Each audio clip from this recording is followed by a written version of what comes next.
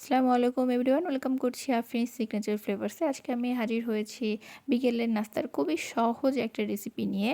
আলু পুরি। আলু পুরি তৈরি করার জন্য এখানে আমি 1 কাপ পরিমাণে ময়দা নিয়েছি, একটু সয়াবিনের তেল, স্বাদ মতো লবণ এবং সামান্য একটু চিনি ব্যবহার করছি। এই শুকনো উপকরণগুলো একসাথে মিক্সড করে নেওয়ার পরে আমি এখানে একটু গরম পানি ব্যবহার করছি, অর্থাৎ এটাকে আমি একটা ডো বানাবো আর কি।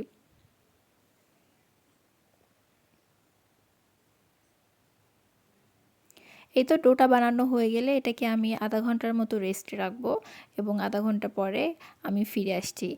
আর এই আধা ঘন্টার মধ্যে কিন্তু আলু পুরি তৈরি করার জন্য যে আলুটা, সেই আলুটাকে আমি সিদ্ধ করে নিয়েছি।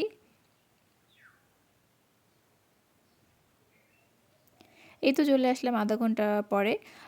এখন আমার যেই ডোটা, ঠিক ডোটার এই অবস্থা এখন। এটাকে আমি এভাবে চেপে চেপে বাতাসটা বের করে দিয়ে এখানে ছোট ছোট লিচি করে নিচ্ছি। আলু পুরির যেই সাইজটা সেটা সাধারণত এই ছোটোই ভালো লাগে লিচিটা, অনেকে আবার বড়টাও প্রেফার করে। এখানে আমি আলুটাকে একদম ম্যাশ করে নিচ্ছি। এখন স্পাইসি আলুর যে পুরটা সেটা তৈরি করব।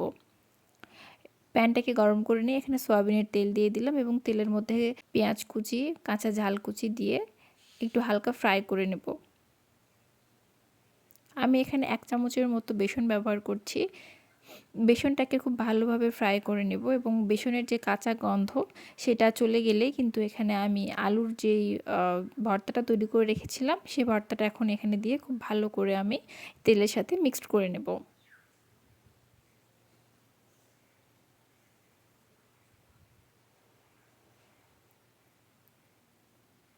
মিক্স করা হয়ে গেলে আমি এখানে সামান্য পরিমাণে চিলি ফ্লেক্স ইউজ করছি, স্বাদ মতো লবণ, সামান্য পরিমাণে মরিচ গুঁড়া, সামান্য পরিমাণে ভাজা জিরা গুঁড়া এবং চটপটির মশলা বা চাট মশলা। আমি এখানে যে চাট মশলাটা ব্যবহার করেছি, চাট মশলার পরিবর্তে চটপটির মশলাটা ব্যবহার করা যাবে। খুব ভালো করে এটাকে মিক্সড করে নিচ্ছি। মিক্সড করা হয়ে গেলেই তো আমার স্পাইসি আলুর পুরটা এখন রেডি। ২ ধরনের শেপ করেছি। একটা একটু বড় সাইজের এবং আরেকটা হচ্ছে ছোট সাইজের। এই আলু পুরিটা সাধারণত ছোটটাই বেশি ভালো লাগে। তবে অনেকে বড়টাও প্রেফার করে, যার যেরকম ভালো লাগে আরকি। তবে আমি আজকে এখানে দুটোই করেছি। আর ১ কাপ ময়দা দিয়ে ১০ টার মতো হয়ে যায়। যদি ছোট লিচি করা হয় ১ কাপ ময়দা দিয়ে ১০ টা ছোট লিচি হয়ে যায়। আর বড় করতে গেলে সেক্ষেত্রে একটু বেশি পরিমাণে ময়দার প্রয়োজন হয়। পুরি দিয়ে যেই সসটা, সেই সসটা আমি তৈরি করছি। সসের জন্য আমি এখানে একটু তেঁতুল এখানে ভিজিয়ে রেখেছি। তেঁতুল থেকে বীজটা আমি বের করে নিব। তেঁতুলের এই সসটা রেডি করার জন্য এখন আমি প্যানটাকে গরম করে এখানে সামান্য পরিমাণে সরিষার তেল ব্যবহার করছি। এর মধ্যে রসুন কুচি দিয়ে দিব এবং রসুন কুচিটাকে হালকা একটু ফ্রাই করে নেব। সামান্য পরিমাণ ফ্রাই করা হয়ে গেলে এখানে যে তেঁতুলের পানিটা আমি রেখেছিলাম সেই তেঁতুলের পানিটা দিয়ে দিলাম।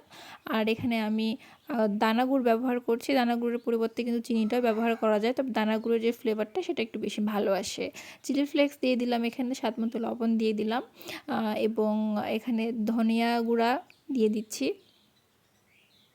সামান্য পরিমাণে হলুদ দিয়ে দিলাম, এখানে একটু লবণ দিয়ে দিলাম, সরি লবণ না, এটা একটু সামান্য পরিমাণ চিনি দিয়েছিলাম এবং সবার শেষে আমি কিন্তু লেবুর একটু রস দিয়েছি। এখন তো আমার লিচিগুলো এরকম রেডি হয়ে গেছে, এটাকে আমি এখন ফ্রাই করে নেব।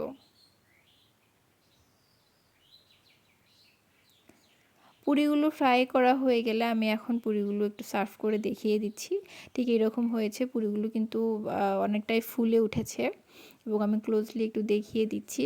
ও হ্যাঁ, সসটা তৈরি করার সময় কিন্তু আমি এখানে সামান্য পরিমাণে টমেটো সস এবং চিলি সসটা ব্যবহার করেছিলাম। এই সসটা আসলে নিজেদের মতো করেই তৈরি করা যায়। আর সসটা দিয়ে কিন্তু এই আলু পুরিটা খুবই সুস্বাদু হয়, খুবই মজাদার হয়। তো আপনারা আমার আজকের এই রেসিপিটা ফলো করে কিন্তু খুব সহজে আলু পুরি বানিয়ে নিতে পারবেন। কেমন লাগলো আজকের রেসিপিটা অবশ্যই আমাকে কমেন্ট করে জানাবেন। ভালো থাকবেন। আল্লাহ হাফেজ।